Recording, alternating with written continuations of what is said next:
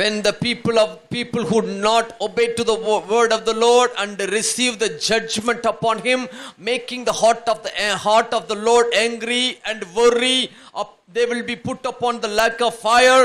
And according to Deuteronomy 32 verse 23, the Lord says, I will heap calamities on them and spin my arrows against them. மட்டுமல்ல 32ஆம் அதிகாரம் 24-25 வசனங்களை வாசிக்கின்ற பொழுது, அவர்கள் பசியினால் வாடி எரிபந்தமான உஷ்ணத்தினாலும் கொடிய வாதினாலும் மாண்டு போவார்கள். துஷ்ட மிருகங்களின் பற்களையும் தரையில் ஊறும் பாம்புகளின் விஷத்தையும் அவர்களுக்குள் அனுப்புவேன்.